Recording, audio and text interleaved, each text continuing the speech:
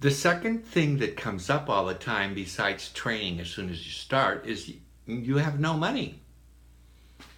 So, you might be offered minimum wage or some tips, and you're going to be clever about that. You're going to do great shampoos, and you're going to get great tips that way.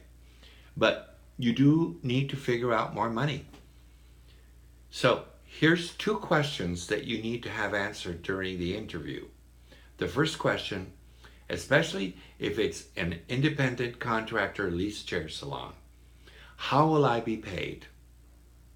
Will I be paid net? Will I get a check? Will I be paid cash? Is there going to be withholding? You need to figure that one out, and the skinny goes into all the different ways that you can be affected by this. But do ask that question. Do you pay by check? When do you pay? Every other Friday? Okay, good. All right, that's it. If you paid cash, be very careful. I personally don't recommend it, but you need to be so careful with that because it's really easy to be found out when you're being paid cash, okay? The second question, and it's really probably even just as important, is how can I make more money? Because, the minimum wage is really going to be difficult for me. And here's what you would suggest. When can I start bringing in my own clients? When can I work on clients and how can we do that?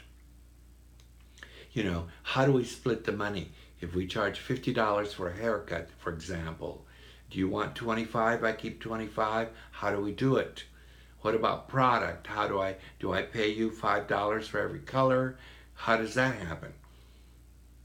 And the salon manager or owner may need to think about it, and they may also want you to bring in a few models to see just how well you can style, because they don't want to just have somebody that doesn't do hair doing hair in the salon.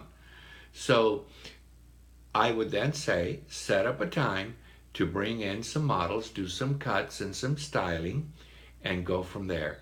Two big questions, okay? How are you going to pay me and when?